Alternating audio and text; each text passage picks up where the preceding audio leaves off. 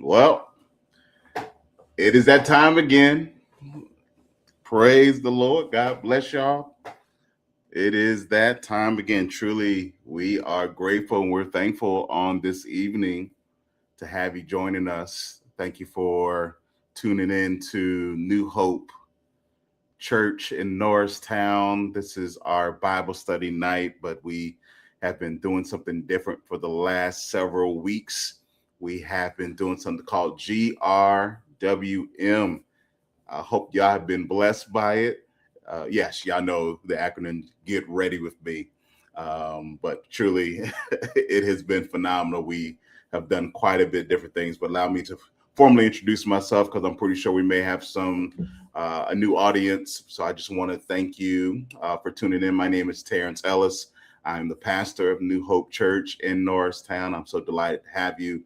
And I have a wonderful partner who is missing. As you see, my seat is empty, but nevertheless, we still honor the woman of God. Can y'all help me celebrate Lady Tomei Ellis in her absence? She's actually getting kids ready to go back to school and all those good things. So she's being mom tonight.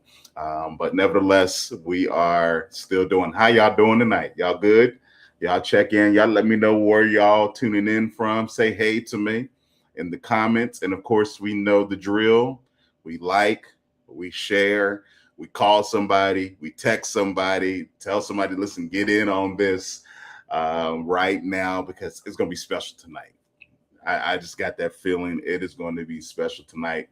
And not just because this night, but I'm telling you, this series has been just swelling every single week. It just felt like it's gotten better, more intense, more sophisticated. Some of the conversations have been needed and necessary. Some of them have been, lighthearted and laughing and joking. It's been a mixture and it has been wonderful. But as I was sharing, GRWM, Get Ready With Me. And basically what we've done is what we're saying is we're getting ready for what is the next thing that's about to happen in our life. How many understand that there is something that you got to get ready for? There's something that is coming that you must be prepared for, whether it's a new job, whether it's a new relationship, whether it's a new calling, whether it's a new season, whether it could just be a new dynamic, a new family.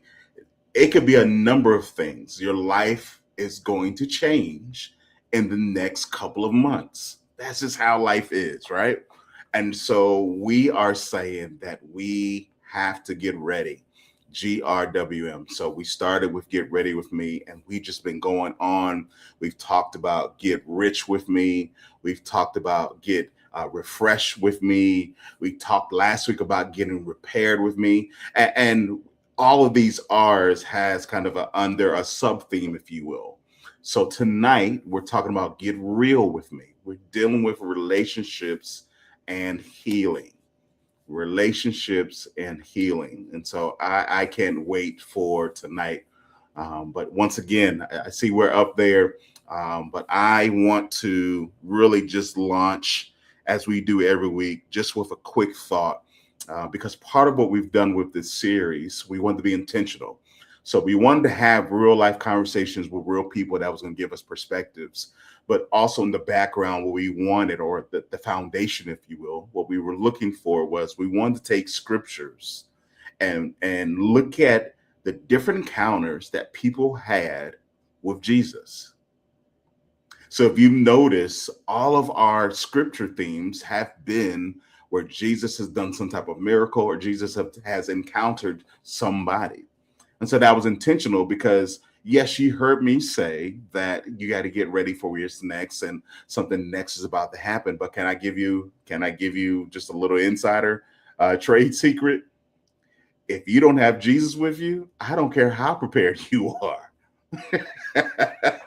I don't care how ready you think you may be. If you don't have Jesus on your ship, on your boat, on your side, in your heart, in your plans, it is all for naught. And so that has been the focus over the last 4 weeks, is to definitely see how Jesus has encountered people and how they have been blessed, or how they maneuvered, or how Jesus maneuvered through some of these things. All right. So it is 7:11. I don't want to talk too much more. I do want to get ready to get our guest up on tonight. But before we bring him on board, we're talking, or we're this whole conversation tonight is going to be underpinned by the backstory of Jesus and the woman at the well. All right, John 4, verse 1, and most of that chapter is dealing with Jesus, and we're all familiar with that passage of scripture. All right, for those of you who may not be familiar, let me just catch you up real quickly. So Jesus is passing through. He's got to go, or he's going to a certain place, and the typical route that he would normally go, or that the customs were during that time frame, was that they went around this about, because they didn't want to have to go through this particular city. Okay. And so because they didn't want to go through this particular city, the route that most people took, because Jesus was a Jew and he didn't want to have to deal with those in this particular city, so they usually went on the outskirts and now it took them more time to do this, but everybody who was Jewish would travel around the city. Are y'all starting to see a theme already? Because a lot of our relationships, guess what we do? We go around. we take the long way. We take the way where we're going to avoid conflict. I'm already teaching. We're going to take the way that is less pressure filled, that is less, dealing with scrutiny. So that was normally the way that most people would travel. They would travel this way of going around Samaria. But Jesus said, no. We're going to go through Samaria to get to Galilee. And so by being direct, he has an encounter with a woman at the well. Okay, let me speed past this. So he has an encounter with a woman at the well.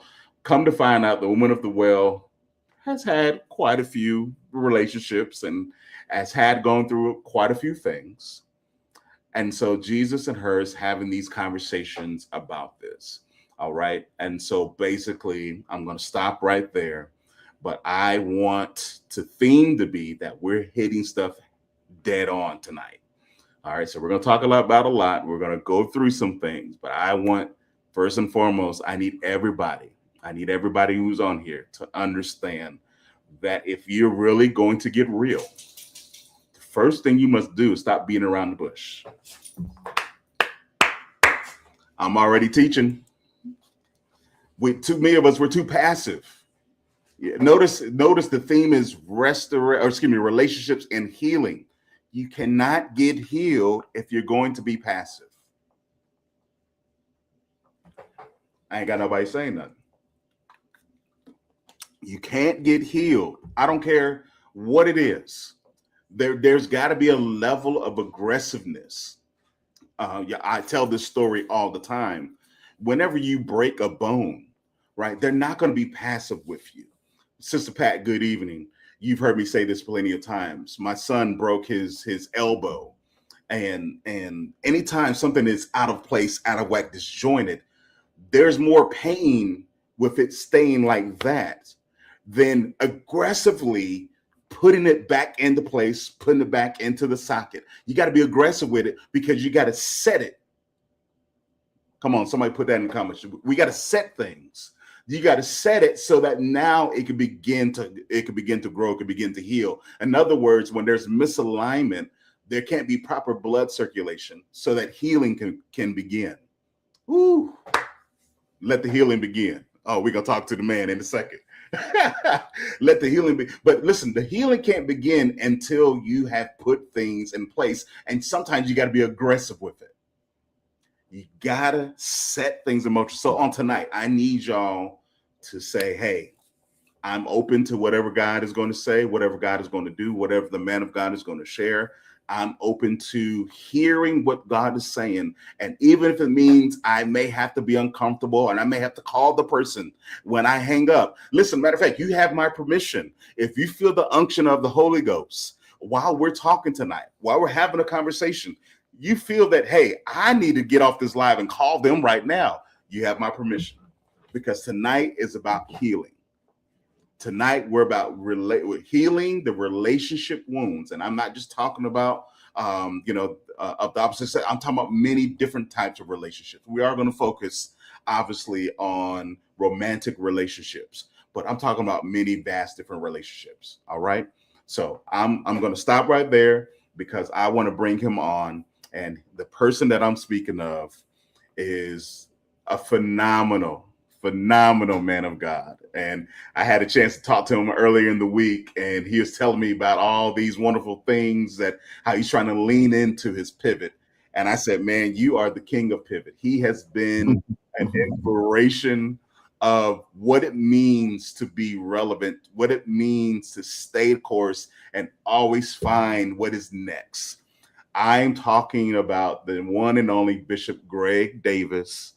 He is here. We've heard, some of us know him as Let the Healing Begin, and some of us know him now as When the Right One Comes. But can you help me, New Hope, by honoring the man of God as he comes? Bishop Davis, how are you, sir?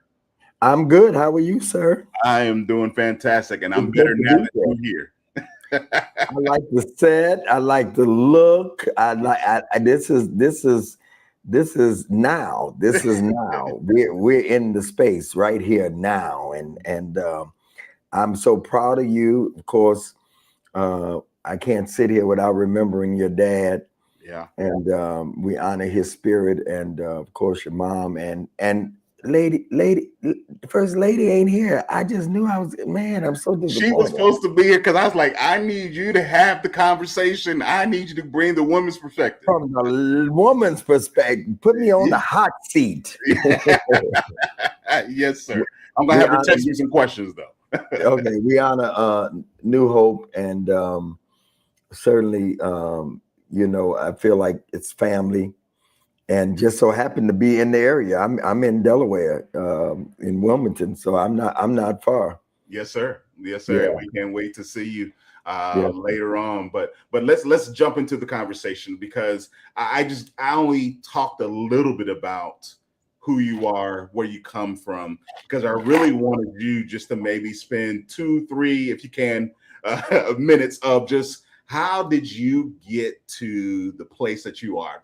Give folk a little bit of background of where you come from, how you move, and all these things, and how you got to ultimately this place where you're at today as one of the leading coaches, relationship coaches, gurus, however you want to look at it, about relationships. Talk to us, sir. I.B. Hilliard said one time, and I took it and coined it: you get more on the journey than you do at the destination. Wow. And my journey has revealed more things than I don't even know what the destination is no more. I'm not even trying to get to the destination. I've through my mother was a prostitute, raised me in New York, got to my grandfather at 9 years old. My dad, who I really didn't know, asked could I go to be with my grandparents. 10 years later, my mom was dead in the streets of New York. And it was my grandfather, the man who planted me, got me saved, had never heard a sermon before. And it was Bishop Morton who watered me, and God gave the increase. I started When the Right One Comes. Well, I did television for 16 years, Christian television, pastored, started churches, raised kids, and helped. They called me one of the founding fathers of Full Gospel, did all that. Then divorce happened after 20 years.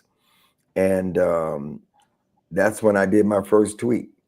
You have to become the right one before the right one comes. And that was your first tweet? That was your first? That was my first. I was sitting at an event with my play sister, Lola George, in Detroit, and she was doing a radio broadcast, and I went to support her. because she always supported me. People always support you. Sometimes you got to support them. And I'm just sitting there, and I said on Twitter, in order to, you have to become the right one in order for the right one to come. And I start posting, and I stopped for a while, and then people said, no, no, no, keep it up. And so I was flirting with the relationship thing for years, and then the pandemic happened, and I made the pivot, sitting at home, 5 books later on relationship, 23 books total. Wow. And let me say this, and then we can go somewhere else. But my original ministry thing was given to me, I think, when I was in Morgan City, pouring the oil of joy into the world. Yep, I remember. It was a big world, and Nancy Majette helped me form that, Greg Davis Ministries, and the logo was pouring oil into the world. And I'm still doing that. Yes.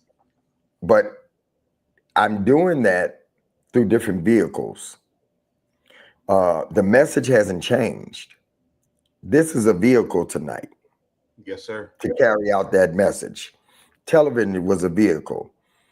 This is not the ministry. This is the vehicle of the ministry. Facebook, YouTube.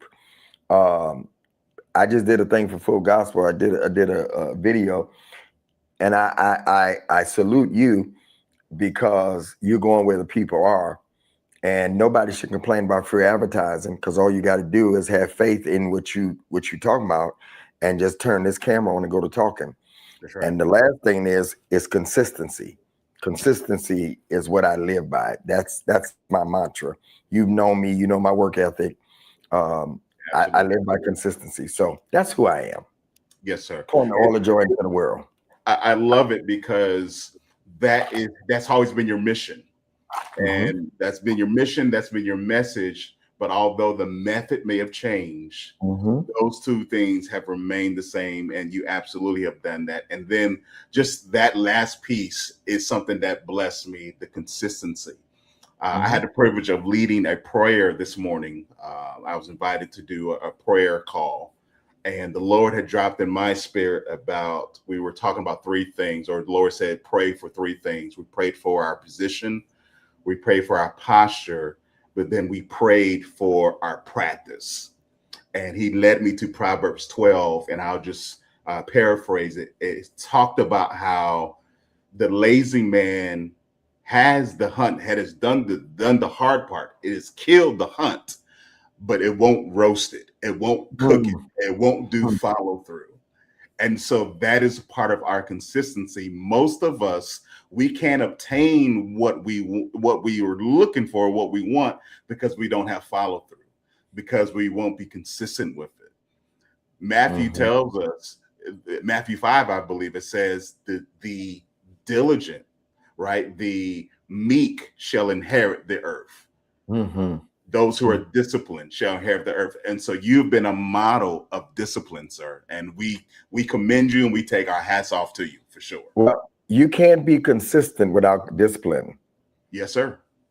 Discipline is the motor that drives consistency, because let's admit it. Maybe you didn't even feel like getting on at night. We don't feel like being consistent. Consistency is boring. It is. But it's necessary. So consistency breeds longevity, and longevity breeds legacy. You don't even know it. You think you're too young to work on legacy, but anything that you do consistent, it is building longevity, and then it ultimately becomes legacy. I live by consistency. Consistency is not emotional, because many times you ain't gonna feel like doing it. Consistency, even if you are single or whoever you are in marriage and relationship, it's about consistency. You see how I pivoted? I just gave you the pivot. But it's good, because this all plays into relationship, and I believe this is part of our healing, because I think a lot of us, when we deal with relationships, when we are coming out of relationships or coming and transitioning out of things, I've talked about this before. We don't have the ability to close a chapter. We get excited about a new chapter because that always brings a level of emotion that gives us a dopamine, that gives us a hit, a high, that something new is coming, but we don't know how to celebrate or bring a proper closure to the end of a thing. And so that's where that consistency lies, because we're always chasing a high. I tell New Hopers this all the time, and I'm going to shut up because you're starting to strike something with me. I'm getting excited about this, but I tell New Hopers this, and this is for somebody for you to hear. Expert psychologists say that roughly 5 to 10% of your life, you're going to have this high moment. You're going to, it's going to be, everything is perfect. Everything is wonderful. You have experienced the most joy and happiness ever. That's only about 5 to 10% of your life. So I said that's roughly about 60 days of your lifetime. You're going to have these moments. The opposite is true about, there's another 5 to 10% or 3 to 5% of low days where you're in the valley, where it's depressed, where you don't want to get out of bed. You just mad at everybody. You kicking the dog. You're doing all of that. But if we take those two things away, guess what, Bishop? There's 90% of those days where it's just the mundane, where it's just, you just wake up and you do your routine. And that is where you find greatness. It's when you can just keep doing consistent work when there is nothing, when there is nothing that gets you excited, you just go do it. Because we want to see, you can't live on a high forever. Yes. Many people say, well, what do I do next? Nothing until he says what's next. You keep doing what you've been doing. That's good. One thing you said I want to hit on, then we can get to the conversation, is about the next chapter. I'm not a big reader, probably like you. You know what I've done in the past? Hey, Prophetess Nina, good to see you. You know what I've done in the past? I sneak to the end of the book to see. Yes, sir. or even when you watch a Netflix, some of it's 20 or 30 episodes, or the series, you won't tend to go, no, that's not fair. Because you may know the end of the story, but you don't know how they got to it through the chapters. And just getting there to the end is not the important part. It's the stuff in the middle that you learn, because you can get to the end of the chapter, but you ain't learned nothing about the story. Nothing. You just miss all the character development. We want all the endings. And I promise you, y'all, I'm still trying to figure out what there is. Like trying to get where are we trying to get? Because I don't know where that is, because I'm 64 and I'm still working like I'm 24. Yes, sir. Trying to get there because I'm enjoying the journey. Let's go. I'm done. Right. So Bishop, thank you. I mean, that's a great introduction. So let's now go into this dating period. I was reading that essentially they're calling this present day romantic landscape, however you want to define it, they're calling it a dating recession. Experts are saying that right now there is a dating recession because people have app fatigue. People are dealing with the struggles of an economy, the economy pressures. All of these things are now impacting how people see, value relationships, go after relationships, all of those things. You being on the front lines, what do you see? Do you see this as a dating recession? What do you see in this space right now, present today? It is. People are tired. They're exhausted from asking the same questions. What color do you like? What do you like to do? They're exhausted. I say to anybody, if you married, stay married, especially if you really stay married. People are exhausted because people won't be honest with each other. Say where they are. You know what I'm saying? And there's a lot of people saying they want to date and don't want to date. They just after one thing or two things.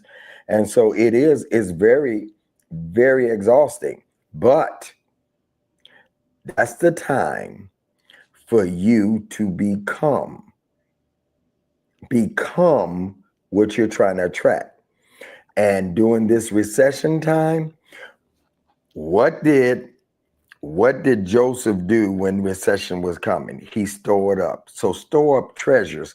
Learn your worth. Learn your value. Are you listening to me? Learn your worth. Learn your value. Stop complaining about the dating pool having manure in it and everything. All right? Stop complaining. Take this time to enjoy being single. Watch this. Watch this. I'm single. So when I get ready to go somewhere, I say, you want to go there? I say, I don't feel like it. And I lay on the couch. I don't have anybody to say, I don't want to do that, or I don't feel like going here. I can go anywhere. You're not waiting on somebody to take you to Dubai. You're not waiting on anybody to take you to your favorite restaurant. All right. You are making the best of being single. Now, I've been doing this series about supernatural. That's the natural side of it. Yes, sir. But we have to go into the supernatural side because we're human and we are, and so on the other side of it is, then when we're saying that there's a recession, don't God take care of us in the midst of recession? So for the believer, you need to keep on preparing yourself, and God will send the man. God will, come on now, we can't do as the world. Yes, that's what they're saying. And that's the fact. That's the logic. But then we step out of logic and saying, there's somebody just for me. Yes. We're speaking it. Yes, we're speaking it not as the world, because we're not looking for that. But we're speaking in the mid. What did Isaac do in the middle of a recession? He sowed. He sowed a seed. Yes, he did. So you don't stop, because right in the midst of recession, if God can work a miracle for your money, can he work a miracle for your relationship? Bishop. Now we got to be both. No, we got to be both. We can't be carnal and speak like the world speak. It is bad out here. But then we tell people when they get sick, yeah, the doctor is telling the truth. That's the truth of the matter. Cancer is in your body. But the fact is, with his stripes, we are healed. We are healed. So are we going to do the same thing? The Bible says, he that findeth a wife findeth a good thing. Yes, I'm indeed. the good thing that somebody's looking for. So we don't, yes, we in the natural, we in logic. It is bad, Terrence, Pastor T. But on the supernatural side, the supernatural thing. On the supernatural side, we speak those things as though they were, call those things forth. Yes, sir. And so I believe, just like we can call money forth, you can call forth your right one, your husband. But until then, you prepare and position yourself for the right one. Yes, sir. So in other words, you make yourself ready. You make ready. You make yourself ready. And when you go to the gas station, you don't have a scarf on and some flip-flops. Every time you step out the house, you are making yourself ready, because you don't know. No man knows the hour nor the day when your right one may come. No, seriously. I'm in the airport this morning, and I see a girl with a red bonnet on, some house shoes. I'm talking about past security, and looked like she had on her pajamas. I'm like, you look like a clown. I'm sorry. What? I mean, what if a man is looking? I wouldn't even want to be a boyfriend or husband looking like that. Every time you go out, you have to be ready. And that goes for men too.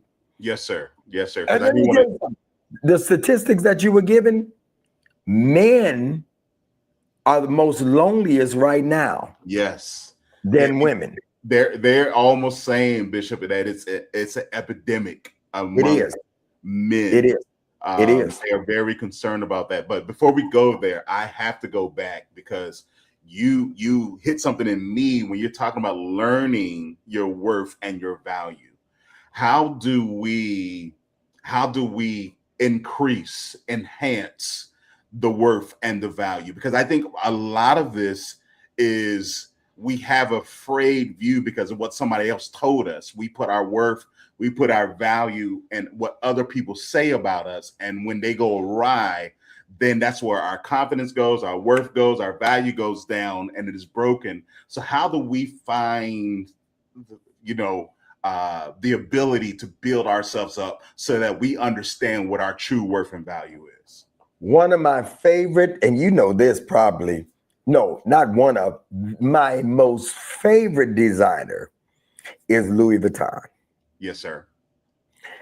Louis Vuitton, unlike Gucci, unlike Prada or other designers, they don't discount. Matter of fact, what they do every 5-6 months, don't go ahead of me, young man. Don't go ahead of me. I'm still a teacher. I'm still a master. Louis Vuitton don't discount ever. Matter of fact, you've never seen an outlet Louis Vuitton store. If anything, Louis Vuitton increases every few months. I asked the lady one time, Apostle Bergstein, I said, what do you all do with the bags that you don't sell? They said, well, it's not that often, but we burn them. The owner would the owners, the board, they would rather burn them than to discount them, than to lose their value. Louis Vuitton decides, the manufacturer decides whether or not you're going to there's something called MSRP, manufacturer suggested retail price, right? Yep. Where does that come from? The maker. Y'all not with me. It comes from the maker. It doesn't, the store cannot decide. When they get the merchandise, it is already decided. How about us as human beings, that we would understand that our maker, God, put value on us. Y'all not saying nothing. Put value on us that we cannot take away. If you wait for the story, you get the rest of it. If you wait for the story, you'll get the spiritual meaning. How can you even say that when Jesus used parables? Let's move on. The price is decided before. My TV just came on by itself. I'm sorry, y'all. You all right, Bishop? Hold on. I think it was out. So what I'm saying is, if we ever learned our value, that God gave it to us, and not some man, not some woman, just like the Louis Vuitton, it doesn't go on discount. We allow people to discount us. Yes. We allow people to take our value. So while you're single, please learn your value. Please learn that God put into you something that nobody, we allow a man to discount us. We allow a woman to discount us, tell us who we're not, tell us who we are, treat us any kind of way, disrespect us, say anything to us. But if you understand that my value doesn't come from man, my value comes from God. So we have to understand that once the value is set, you don't let anybody devalue you. Yes, just sir. Like Louis Vuitton. That's where the story was going. I knew where you was taking it, Bishop. And I wholeheartedly agree that we have to do better. I'm talking to somebody. You have to do better. You just heard what Bishop said. You have to find your own value and worth. And sometimes, watch this, Bishop, it didn't even come from a man or from a woman. It came from your father or from your mother. Mm-hmm. Sometimes you got to deal with the fatherly fracture, the motherly wounds that was created when we were young. Whether you was a young and dark, and you didn't have the good hair, whether you wasn't as tall or as fit as the rest of your siblings or your brothers, all of those things have come and infiltrated sometimes our value or how we perceive our value to be. A lot of times, I'm going to say this and we'll move on. We create value. Watch this. We create value based upon exterior, mm-hmm. based upon how we look. So that's why we got women going to get BBLs. Mm-hmm. Because they don't understand that. Listen, you got everything you need. Somebody likes what you got. Can I help somebody? Somebody likes what you got. Right. Well, the new thing is catfishing, bait and switch through AI, Yep. doctoring your picture. Yep. That says that you, first of all, that says you don't appreciate the value that God gave you because, like you just said, there's somebody for everybody. So why Absolutely. would I change or alter? Pastor Terrence, have you ever been out before? You and your wife just people watching, and you look at a couple, and you say, "Hey, why in the world did he get her? Bishop? How in the world did she get him? Yes, Because sir. they're such an odd couple. Because beauty is in the eye of the beholder. First of all, I don't believe there's no ugly people. You just may not be for me. Yes, sir. But I believe this with all my heart. There, ladies and gentlemen, please listen to this. There is somebody for everybody. You don't Everybody. have to change your looks. You don't have to doctor or filter your pictures. That is identity theft. That is not the identity that God gave you. Oh, it's Correct. rampant. I see a lot of it. I see, and that means you're not. See, I love me. Uh-huh. I like me. Y'all, Okay. y'all say this with me. I love me. I I love like me. me, I and I like like spending time with me. I like spending time with me. That's I it. like getting to know me because when the right one comes, I have to know me and I have to know what I like. And so this is a journey while you're single, getting to know you. And the more, watch this, the more you become healed. That woman at the well, she wasn't healed. Correct. The more you become healed and whole, not just healed, but whole, you won't accept just anything. Yes, sir. Because when you pick from a healed and whole place, you will automatically detect that this is not for me. You know why? Because I'm looking from the eyes of a healed whole person. You make bad decisions when you're not healed. You just go from one woman to another, from one man to another, just like, and Jesus said, the one you're with right now is not yours. It's not even yours. All right. That's what he said. And can I piggyback off of that? Yes, sir. There's an interesting story. Everybody knows Michael Jordan. All right. So I'm going to take your Louis Vuitton story. I'm going to raise you one. So this is a story about intrinsic value versus extrinsic value. Michael Jordan, his agent David Falk told this story once that there was a new organization that was launching in Las Vegas. They were set to pay him roughly about 30, 40, 50 million dollars for his endorsement, for him just to come do a couple of videos, just make a few appearances, and they were going to write a check for 40 or 50 million dollars. He turned them down. He said no. David Falk was like, Michael, it's only a day or 2 days, it's only a couple of minutes. And he still said no. And he talked about, because my time, I much rather do something else with my own time. He understood his intrinsic value. His intrinsic value is like, I don't need that. That doesn't do nothing for me. I much rather go golf. I much rather go do this versus then, okay, I'm just looking at a paycheck, extrinsic value. So we have to understand what our intrinsic value really is because anybody can sell you anything.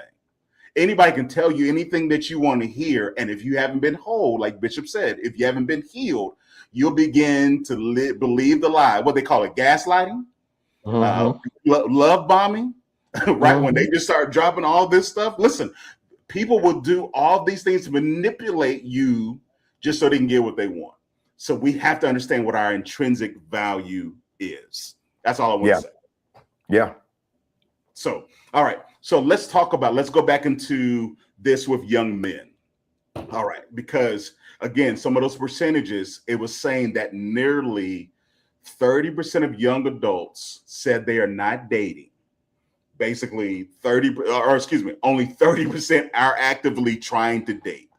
Out of that 30% is saying that there's less than a third of men who are actively trying to date.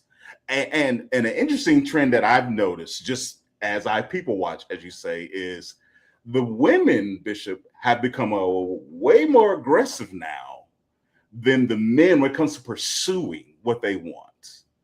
And I think that has put some of these young men back on their heels because they don't have no problem just telling you no right to your face. And I think the biggest problem that one of the biggest problems we're facing with our younger generation is they don't know how to deal with rejection.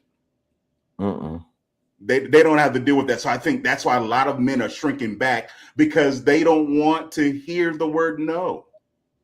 We've told and we've taught young women how to say no, but we haven't taught young men nowadays, or excuse me, we haven't taught young men how to understand and navigate through the no's.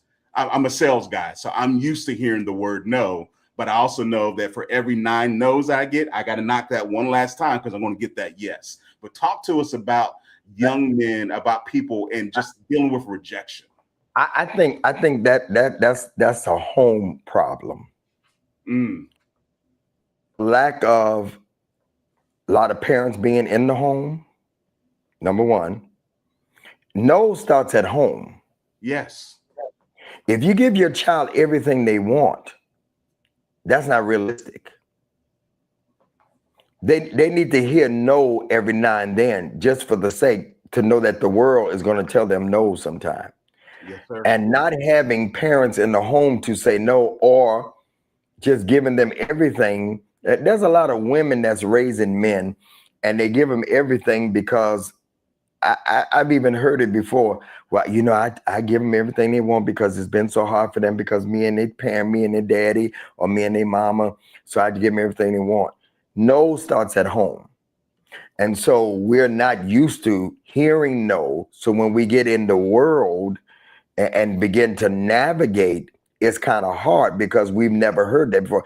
You hear women say, oh, no, I don't accept no. Or I'm not dating anybody to tell me no. That's not realistic in life. That's not in the natural, that's not realistic. Our brothers have not been raised in a lot of cases. You were blessed. You had mama and daddy. Yes. Do you know how many single homes it is now? Do you know how many homes where the mama, I know women right now that will give their boys just about everything and treat their girls a different way. Mama boys. And they won't tell them no. No starts at home. Here's my thing on rejection. Why would I be upset as a woman that I walk up to as a single man and she says no? I don't know her. Yeah. Why would I, listen to me, y'all, why would I be upset because she said, no, I'm not interested? I don't know her. We have to get to the place that we understand that rejection is going to come in life. And I try to teach, move on to the next one. Yes, in sir. some cases, you've dodged a bullet. That's the truth. No, I mean, you see him later on, you don't even know who's saying no to you. So why would you be upset over somebody? I'm upset if it's somebody, if I call Pastor Terry and say, hey, Pastor T, I need you to do this with me. And he said, no. Oh, man, I was disappointed because I thought you was the right one. Why do I think he's the right one for it? Because I know him. Yes, sir. I know. Now, if I'd have said no tonight, he probably would be disappointed because he knew what I had to offer. Why would you be upset with somebody you don't even know what they had to offer? Ooh. Think about it. You don't even know this person. I don't care if you go out with them on a date the first time. You don't really know them. Yes, sir. And so stop feeling like you've been rejected by somebody you don't even know. That's not rejection. That's protection. Bishop. No, that is. That is, yes, sir. I mean, we bring God into things when we want to make it convenient. I mean, if God is covering us, if he's watching over us, don't you think he's watching over the ones that he's blocking too? But we only want to use God when it's convenient. Use him in everything, even to block people that he knows is not for us. So that's my thing on rejection. You don't know them. Brothers, You don't know them because other people will watch this. You don't know them. And women are a little more aggressive nowadays, but women have taken the playbook from the men that have hurt them and they're using the playbook back. That's the new thing. That is the new thing. So let's go right into that, Bishop. You're a little older now, but I'm out here. You're a little older now. You're a married man and you're older. I am. Listen, I ain't been in them streets in a long time. And trust me, stay right where you are. You hear what I'm saying? Yes, sir. Yes, I don't care if you got to sleep in the bedroom upstairs. You don't go nowhere. Absolutely. But I want to lean into that. I want to lean into this aggressiveness that women are now taking because you said it, right? Some of them have been hurt in the past by what they used to call proverbial dogs, right? Mm-hmm. How for the women, I have my own beliefs in this, but I want to hear your thoughts of,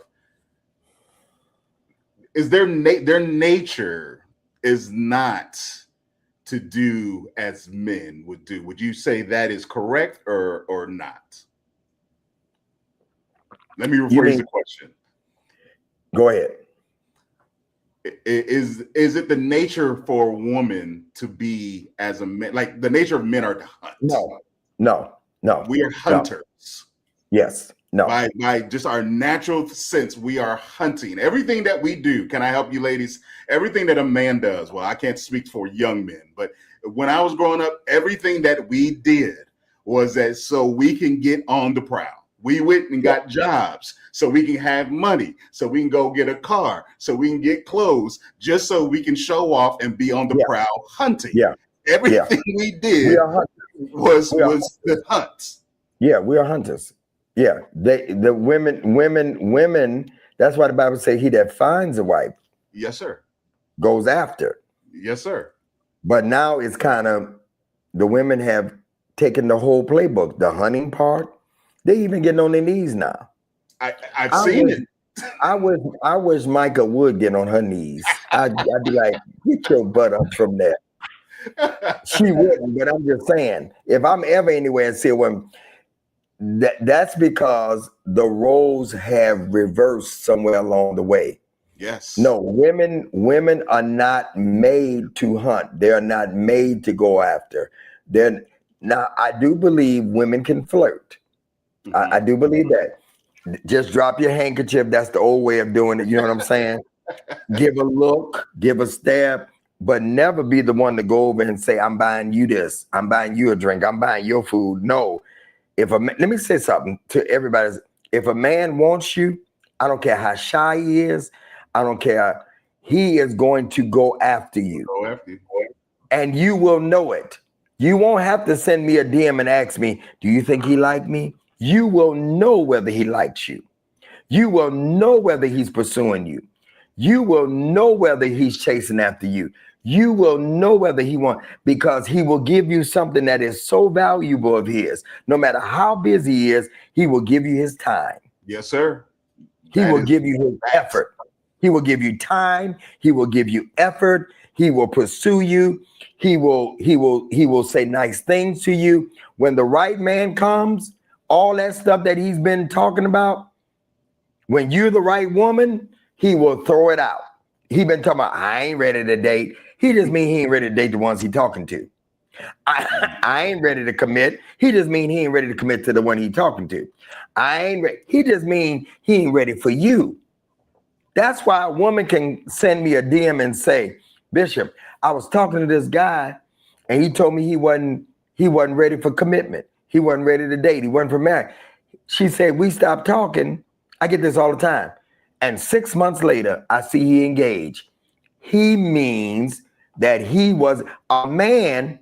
Can I go deeper? Let's go. A man, when he sits down with you, he knows what category, based upon what you're giving him from your mouth, he's going to put you in. Let me say it again. When a man sits down with a woman and she go to talking, he knows what category he's going to put you in. Yes, sir. Is this going to be a fun time, good time, or a long time? Yes, sir. Based upon what you said. Based on what you The said. less you say, the more he's intrigued. The less you say, the more he's going to go after you. The less you say, the more he's going to want to know more. But if you talk a lot in the beginning, or she talked too much, or if you into him, the way to get a man more interested, if he interested, ignore him. Wow. All right, I'm talking too much. No, sir. You're talking good. That's what you're doing. You are not the hunter. You are not the aggressor. Let him go after something.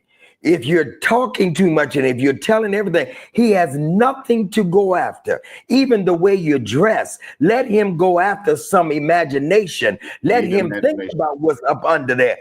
Don't show him all, because your dress say who you are. Lord have mercy. Go ahead. And that is the Lord knows that is the thing that is troubling to me, is that it just feels like we understand it, right, from a world perspective. It's just like everything is over sexualized. So everything that how girls are dressing, how men are dressing, everything is just so over sexualized that I personally believe that we're so overstimulated that's why we are not seeing the relationships nature. Because again, we want to get to the consummation. We don't care nothing about the person. We just see what we see, and now let's hurry up and get to the consummation. Let's hurry up and get into bed. And now we don't know who this person is. We don't know where they come from. We don't know, and we're having babies. We're having babies with people who you don't even know who they are. That you haven't set true definitions or guidelines of what it is that y'all are. These are some of these situationships that I'm hearing about that people are talking to me about, where I'm like, man, what are you? And you can't define what you are, but y'all have kids together or y'all live together. Bishop, how do we get out of these situations? Because we have no boundaries. That part. We have no deal breakers. Ooh. Okay, can you give me some deal breakers? Because that right there, I think a woman. Deal breaker is what you won't accept. We accept anything. Your deal breakers and your boundaries. Watch this. I'm gonna bring another in. Non-negotiables. Yes, sir. Deal breakers. Shameless plug. My new book, the Relationship Playbook. It's all in there. Boundaries, deal breakers. What's the other one I said? I'm sorry. Non-negotiables. Non-negotiables. Where do I learn them from? Every bad relationship that I've had. I learned where my boundaries are now because of the way that JoJo treat me. I learned what my non-negotiables are from the way Ray treated me. And I learned my deal breakers from the way that Pookie treated me. That relationships are lessons. Don't just sit there and just go from man to man or woman to woman. Learn from each one, because that way you're getting closer to the right one. We have no boundaries. No boundaries. Wow. Just do whatever you want to do. I'm hot as a firecracker. So yeah, I already know when I get on the date, I'm gonna sleep with him because I ain't had none. And I already know I'm gonna sleep with him. No boundaries. No even non-negotiables. All right. Now we'll say, girl, he got potential though. What does potential mean? Potential mean I'm already moving, doing something, and you see it. Not I'm talking about it on the couch every day, borrowing your car. Bishop. And we see these red flags.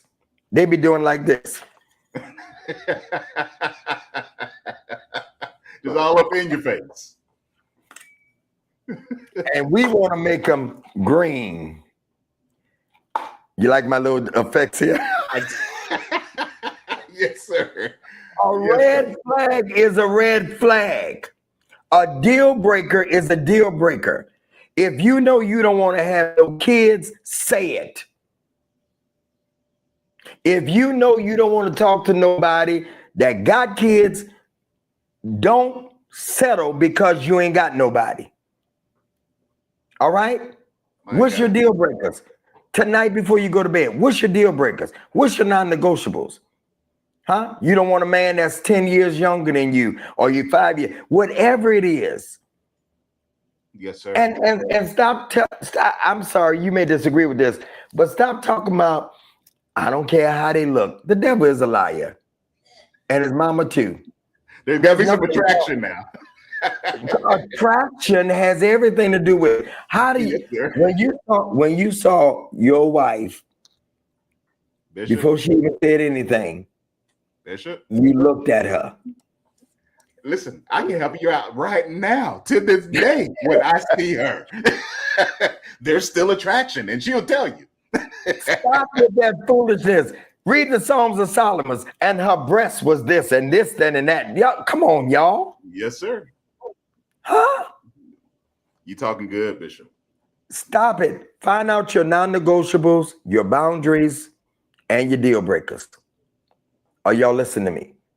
Those are important. And go to my website and get my book, The Dating Playbook. Right, Tanae. Stop being needy. You're not needy. When you love yourself, you're not needy. You're not needy. Stop being thirsty. Tanae, that the new word is thirsty. You she an old married woman. She old. She ain't been out on the streets. She over here laughing, Bishop. Stop being thirsty. You're thirsty. All right. Don't make a man think you need him more than you need him. Don't make a man want you. You know, you're not needy. That's why you got to have your own. All right. And if you want a man that's going to take care of you, chances are you're going to do what he say. And you talking about, I want a man that make $100,000. $100,000 ain't even a whole lot of money no more, but it is not. What you got to offer? Because a man that makes 6 figures, he want to know what you had to offer. You Bishop, can't cook. We go there? Can we got to go there, Bishop. All you know is shrimp. What's that pasta? What shrimp pasta? Oh. Fettuccine. You got to know more than fettuccine. All right. You can't cook. You can't clean. No.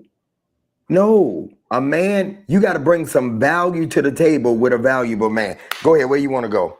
I would. Well, first of all, allow me to say thank you for joining us, those who come in late. I am Pastor Terrence Ellis here, New Hope Church in Norristown, Pennsylvania. We have our wonderful, illustrious guest, Bishop Greg Davis, with us. We've had a phenomenal conversation. It is not too late to like and share and let somebody know, hey, get in on this conversation. What I do want to do is, I know we're almost at time. After we're a little bit over time, but Bishop, will you be gracious enough just to stay a few minutes? All right. So if you have any questions, throw them in the chat. I want to give Bishop an opportunity maybe to answer some of the questions. But where I was going to go with that, Bishop, is when you're talking about a high earning man, I would like to say it myself. I am a high earning man. I've had the 6-figure jobs. I've had the businesses. I have those things, and I can tell you what I am looking for, and what Lady Mae does and gives me is she not only support, but she has the ability to recognize my blind spots. She has the ability to go with me in rooms, in settings, in business places, and still be able to help me do business, do work. So when you talk about what $100,000 man or a high earning man is looking for, he's looking for those things where can you come into a room and sometimes not say nothing, but just watch and see who's saying what with their body language. Or when there's times for me to not get so emotionally charged up about what happened in a meeting, I need somebody that can counterbalance and say, no, you need to hear what they meant when they said this. That's part of what men are looking for when you talk about high earners. They're looking for somebody who can help us do work.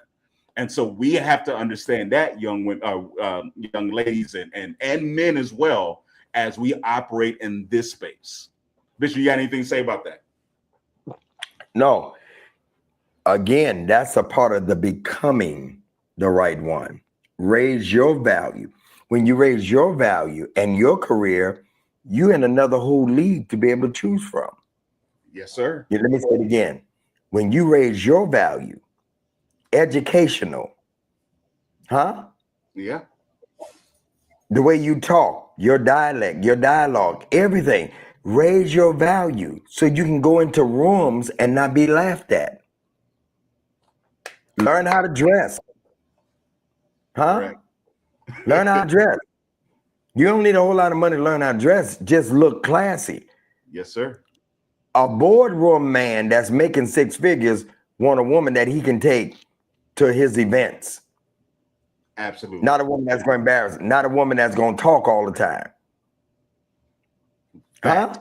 Facts. I had a chance. I took somebody somewhere, and what really gave me joy was that they were not seen. They didn't want to be seen. I would have to bring them to the front and say, "This is so and so," because of the environment that we was in. Yes, sir. Yes, Yeah. sir. That is The right one won't try to outshine you. Because they already walking in your light. And that right there, listen, folks should be coming to the altar just throwing money down. Listen, Bishop, I got two. I want to pivot real quickly because I feel this in my spirit as well. I feel that there is people, women, men, who have gone through divorces, who's gone through tragic relationships, abusive relationships, and they feel like they're stuck in this place. They feel like they gave their best to somebody else. They didn't value that. And now they're almost settling in with the fact that they're going to die like this, or they're just going to forever be lonely. What do you have to say to those people who are coming out of those bad, toxic, tragic relationships, who are on the older side? I'm not talking about young people. I'm talking about those in our late 40s, 50s, 60s. What would you say to those people? Make sure you heal. Make sure you heal. We tend to always try to find somebody to help us heal. Make sure you heal from it and know that there's life after divorce. I'm a witness. Know that there's life after breakup. Know that there's life even after your loved one has passed. There's life after it, but don't rush into it. Take your time. All right? There's no rush. Heal. A divorce is like a death. Wow. How do I know? I've been there. It's like a death. Whether you wanted to leave them or they wanted to leave you, no matter how good you say you are, you're not. It's a daily process. Get to reintroduce yourself to yourself. Because with somebody else, you're somebody else. Y'all didn't get me. Yes, but now that you're by yourself, you have to re-navigate life. You have to figure out how to navigate life. Take your time. Take your time. That is the best advice I can give you. Take your time and get to know you again. Get to know you without him. Get to know you without her. You're a whole different person. So get to know you. Don't play that game of comparison. You're not comparing yourself to nobody. You're the original. So how you going to compare yourself to somebody else? Your life. I wish I was my grandparents who was married 67 years.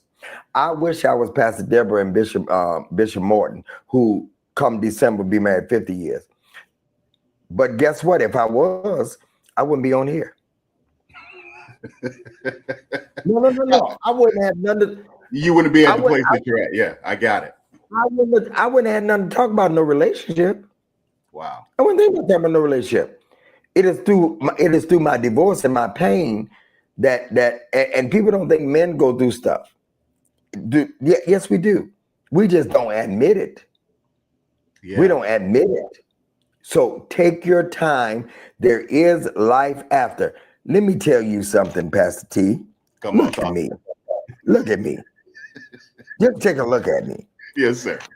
I ain't single because I have to be. I'm single because I want to be. Yeah. I love what I do. And the right person is going to understand and fit into what I do. And until then, I'm okay. You got to be okay. And I'm okay. I So, like that, sir. Yeah, go ahead. I like that. I want to stick here with in the silver age. Those are a little bit older. Do you feel like after you've gotten a divorce, after you've kind of gone through those relationships, is it necessary to put a definition of something? Because so many of us, if you're in your 50s, 60s, and 70s, well, you're Gen Xers, you're baby boomers, you're silent generation. So we came up under a different guise of, hey, you ain't shacking up, you ain't doing this, but now in your 60s or 70s, you don't want to necessarily be lonely, but do you have to automatically put a definition, or do you have to define this relationship and say, oh, yeah, this is my whatever? Or can you literally just exist and you just do what you do? It's according to where you are. Like for me, I'm not looking for another Bishop Kim. Me and Bishop Kim established and established and built and all that. You know what I would want at this point, whenever I decide, again, somebody just to love me and support me. I don't need nobody to part of this. I don't even want nobody to part of it. That's good for y'all. But I've been there. I've been there having the person that has the desk right next to me at Full Gospel, having our house in Philly that we had, whatever, you know where we live. Our stuff in Collegeville, our offices right in the same house next to each other, doing all that stuff. That's fine. I'm not knocking that. But how I'm answering your question, know you, I keep going back to that, and know where you are. For me right now, I could have somebody live in LA, Los Angeles, and I live in Miami or Detroit and date them and see them once or twice a month, and I'm good. I could be that lady that I interviewed on the street who been married 38 years and it went viral, 4 million people, and she said they live separate. I could do that. I didn't know it was a thing. I did not know that was a thing. That married to me told me that. You should not know it's a thing because you're in a different place.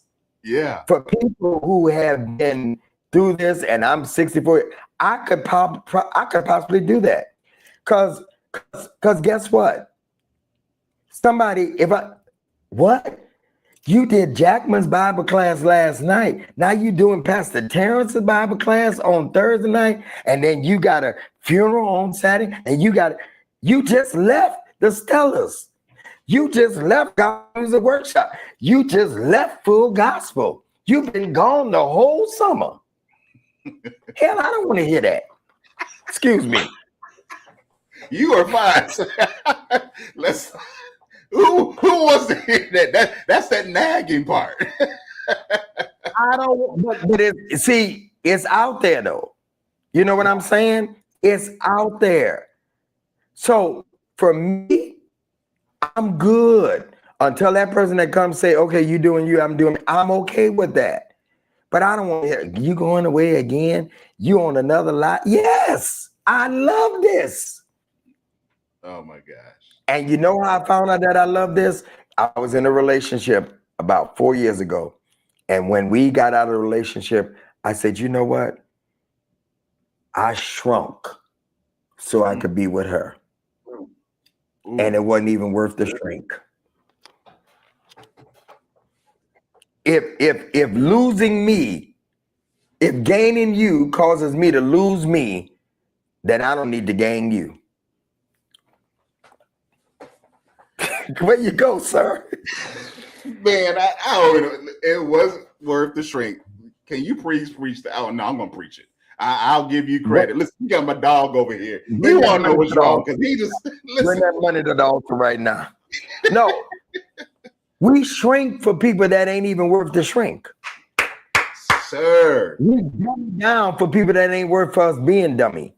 that oh my God, Bishop, that is. If I gotta stop doing, let me say this. This is gonna sound strange. This is gonna sound strange. If I meet Caroline in the club and she a dancer, I'm wrong for later on getting in a relationship with her and say, you need to stop that dancing. Right. God. I went extreme. But I met you where? In the club. I knew who you was. Yep. Don't change. Don't. I believe you have to adjust to each other, but you don't have to change for each other. Because if you want me, then I don't have to change. I almost spoke in tongue. This ain't the right place to speak in tongue. If you want me,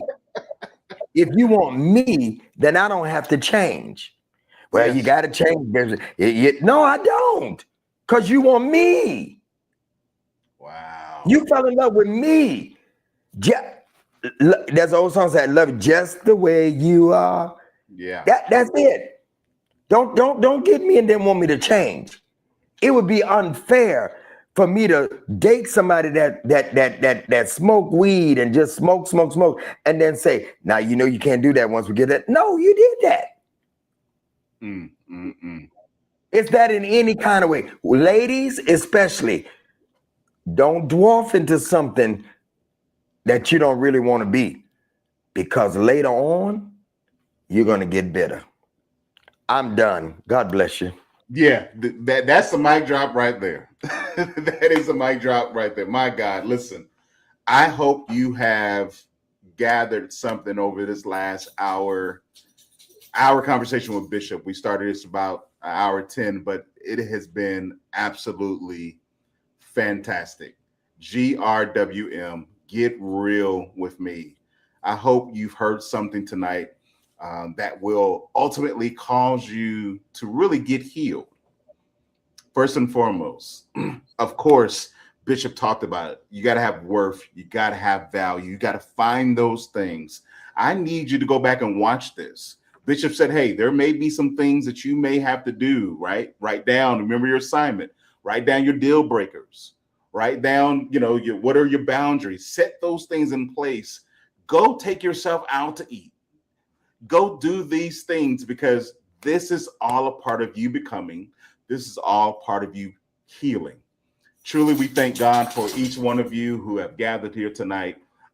Let us get ready to transition. Allow me to say this as they're going to put on the screen. If you were blessed tonight, I say this all the time. Listen, take time to sow a seed, put some seed in the ground.